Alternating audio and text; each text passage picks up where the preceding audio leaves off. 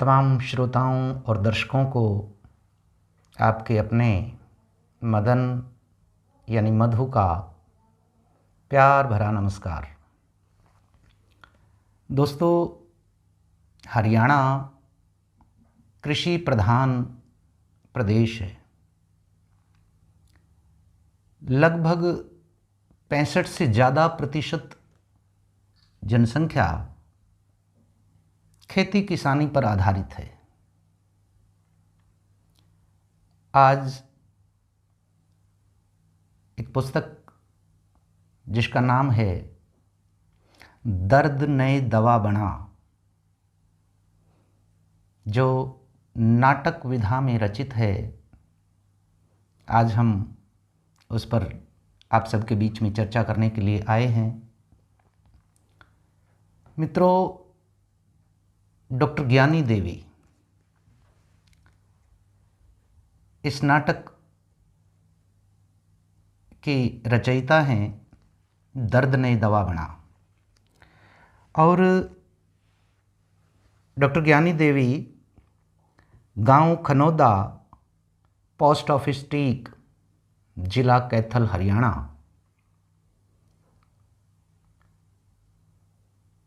जिनकी शिक्षा MA, MPhil, PhD है। और आप राजकीय महिला महाविद्यालय जुंडला, जिला करनाल, हरियाणा में प्राचार्य के पद से सेवानिवृत्त हुए हैं।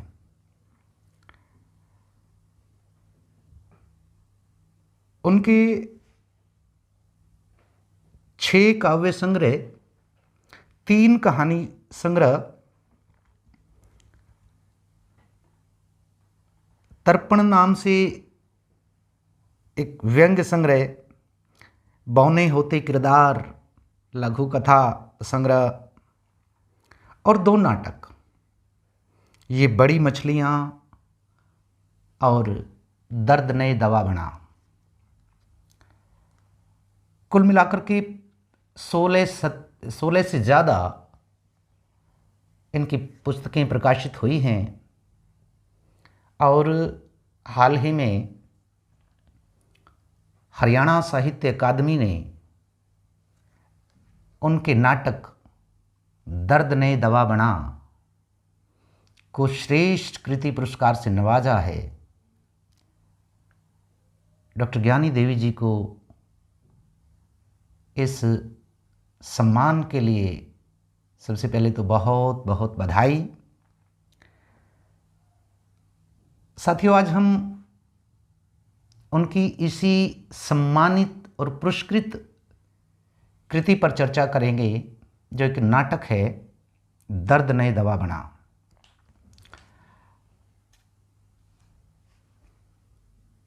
मेहनत के बूते जीवन संघर्ष में जुटे एक किसान की व्यथा कथा है इस नाटक में। मुख्य पात्र भगतू नाम के एक किसान हैं। ये कथा न केवल भगतू नाम के किसान की व्यथा कथा है, बल्कि पूरे किसान समुदाय की व्यथा कथा है, जो विपरीत परिस्थितियों में दिन रात लड़ता है। इसकी कथा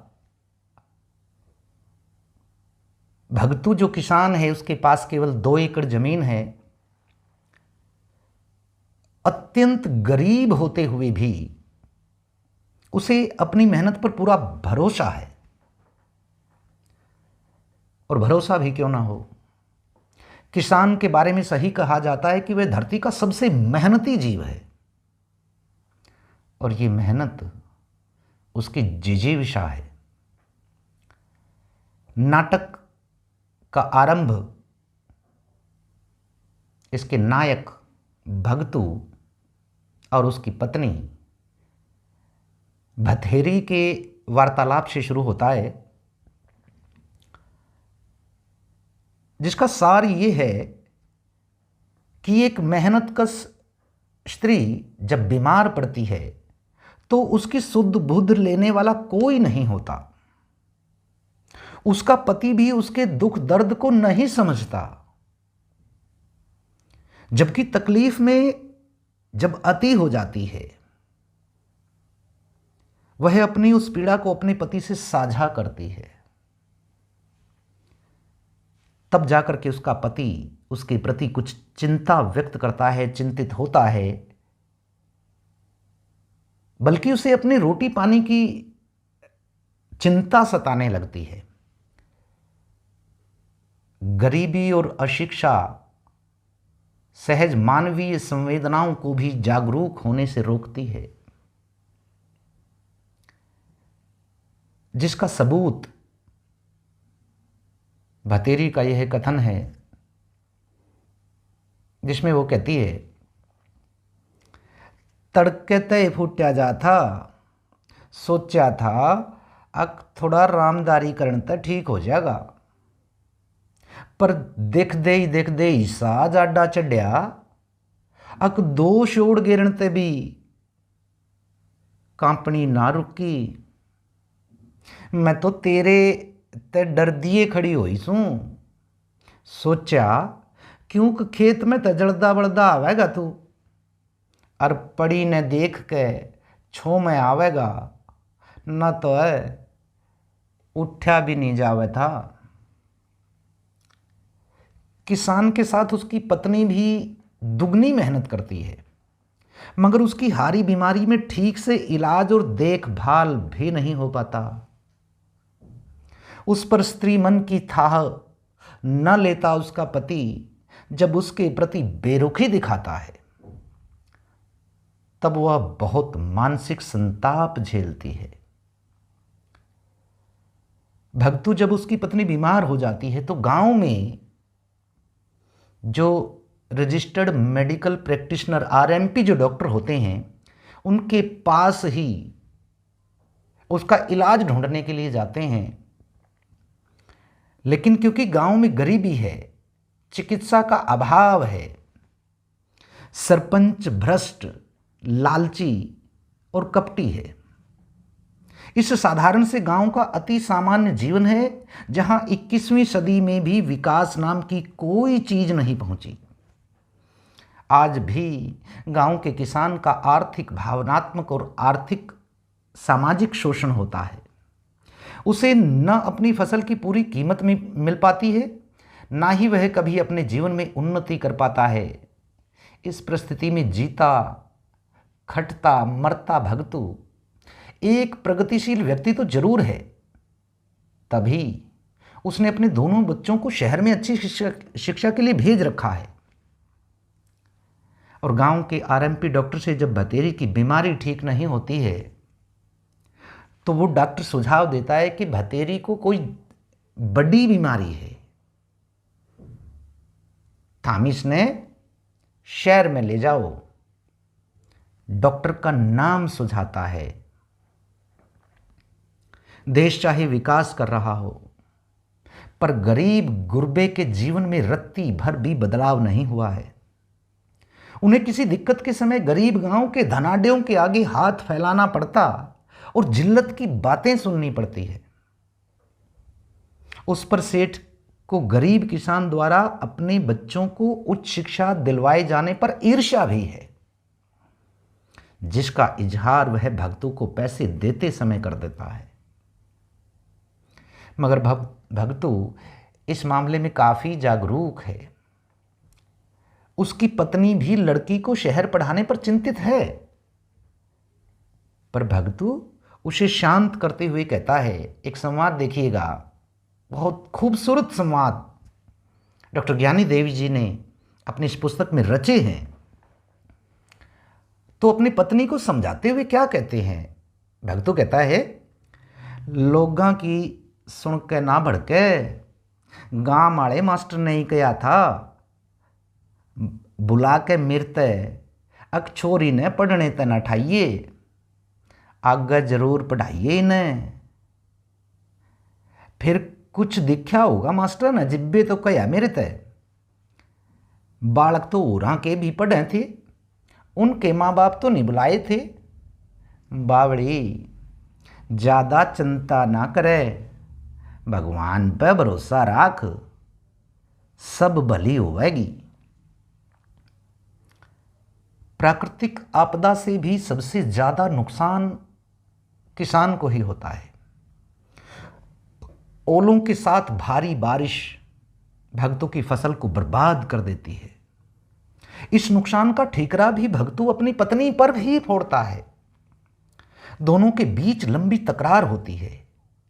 गरीबी में आटा गिला होने पर इंसान और भी झल्ला उठता है और अपने निकट के व्यक्ति पर ही सारा गुस्सा निकालता है। भतेरी दुखी होकर रोने लगती है।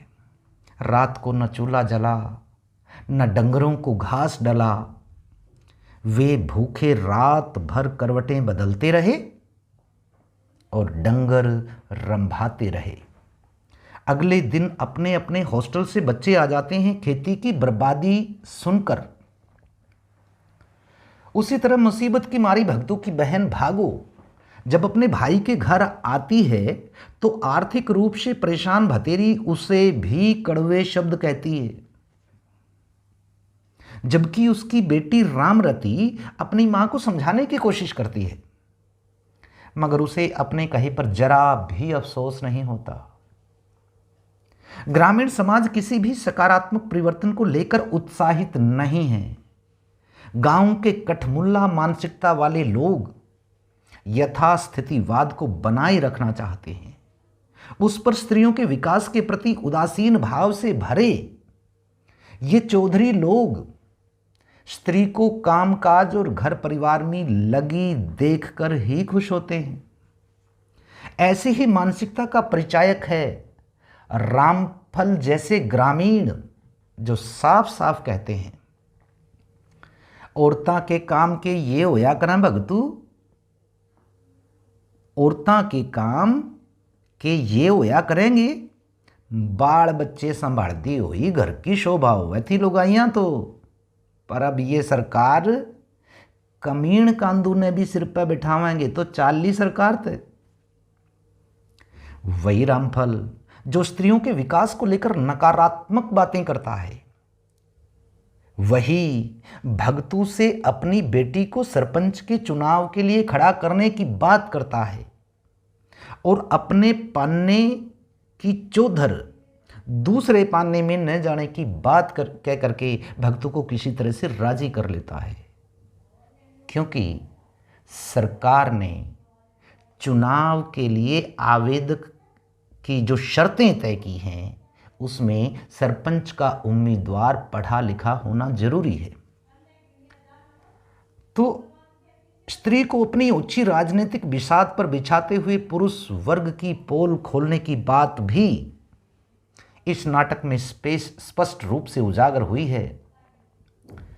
ग्रामीण परिवेश में गहरे तक व्याप्त जातिवाद और स्त्री की अपनी मर्जी के खिलाफ उसे अनचाहे पुरुष के साथ बांध देना आदि कई नकारात्मक पक्ष एक के बाद एक करके सामने आते हैं और समाज का शाह चेहरा उजागर होता चलता है।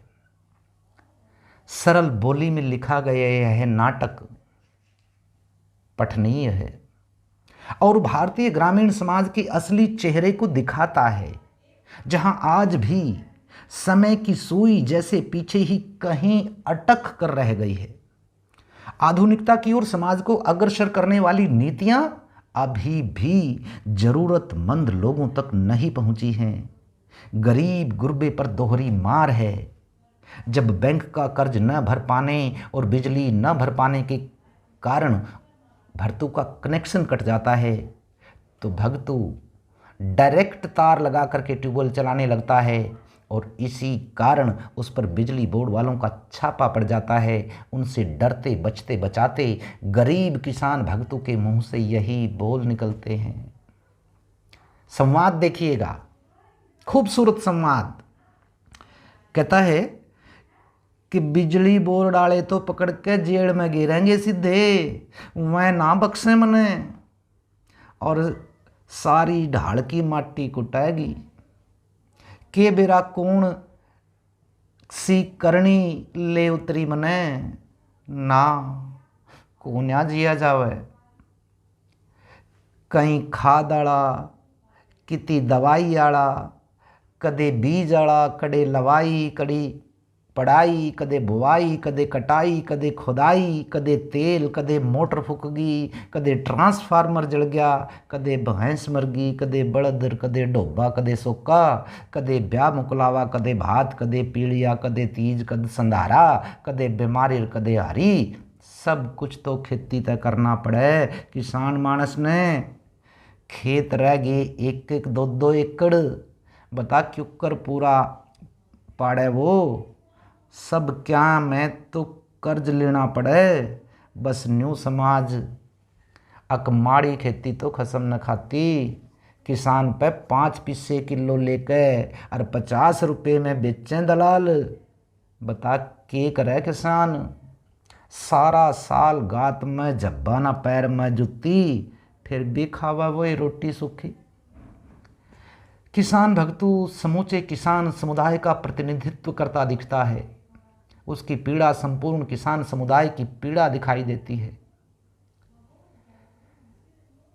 सरकार की नई नीतियों को भी अपनी कपटता से पलटने वाले धूर्त लोग गरीब को गरीब ही रखने देना चाहते हैं। मगर भक्तों के बेटे पल्ला जैसा दूरदर्शी युवा आगे बढ़ने को उत्सुक है। यही कारण है कि वह नई सोच के साथ आगे बढ़कर सोलर बिजली प्लांट बनाने का काम शुरू करता है और पल्ला इस योजना का सदस्य भी बन जाता है और लोगों को ट्रेनिंग भी देने लगता है और एक संस्था बनाकर लोगों को आत्मनिर्भर बनाने की मुहिम में जुट जाता है। निश्चय ही इसमें उसके पिता भगतू का सहयोग और आशीर्वाद रहता है। साथियों, ये नाटक सकारात्मक भावना के साथ समाप्त होता है। सुखांत नाटक है और समाज के कामगार वर्ग की मेहनती चेतना का परिचायक बनकर आगे बढ़ने की प्रेरणा देता है। निश्चय ही ऐसे नाटक ग्रामीण समाज में जागरूकता बढ़ाने का काम करते हैं और शहरी परिवेश को ग्रामीण जीवन की उस वास्तविकता से परिचित करवाते हैं जो सिनेमा के बड़े पर्दे पर कभी प्रदर्शित नहीं हुई। लेखिका ज्ञानी देवी जी द्वारा यह नाटक निश्चय ही उनकी रचनाशीलता में इजाफा करता है और वर्तमान ग्रामीण परिवेश के वास्तविक तथ्यों का साक्षी बनकर सामने आता है। ज्ञानी देवी जी ने नाटक की विधा को रोचक बनाकर प्रस्तुत किया है, जिससे नाटक में रोचकता का समावेश हुआ है। डॉक्टर ज्ञानी देवी जी, बहुत शानदार आपने ये पुस्तक लिखी है। जबरदस्त संवाद है इसमें, मार्मिकता है, अंतर्जातीय विवाह पर कटाक्ष है, किसान की व्यथा कथा है, गांव में राजनीति किस कदर बुरी हो गई है उसका जिक्र किया है। आम गरीब किसान भी अपने बच्चों को शहर में पढ़ाने के लिए भेजता है, मगर तमाम तरह के संघर्ष करते हुए वह जीता है। लेकिन कहीं ना कहीं उसके जो सत्कर्म हैं, उसकी जो मेहनत है, वो उसके बच्चों को सफल बनाती है। ये इस नाटक की सकारात्मकता है। डॉक्टर ज्ञानी देवी जी, आपको इस खूबसूरत पुस्तक के लिए बहुत बहुत बधाई। तमाम पाठक वर्ग को कहना चाहूँगा कि दर्द ने दवा बना, ये पुस्तक बहुत खूबसूरत संवादों से रची गई है। शिल्प और भाव की दृष्टि से एक उत्तम पुस्तक मैं इसको कह सकता हूँ। डॉक्टर ज्ञानी देवी जी को इस पुस्तक पर हरियाणा साहित्य अकादमी की ओर से श्रेष्ठ कृति पुरस्कार से नवाजा गया। एक बार पुनः आपको ढेर सारी बधाइयाँ, आप सभी का आभार। नमस्कार, शुभ दिन।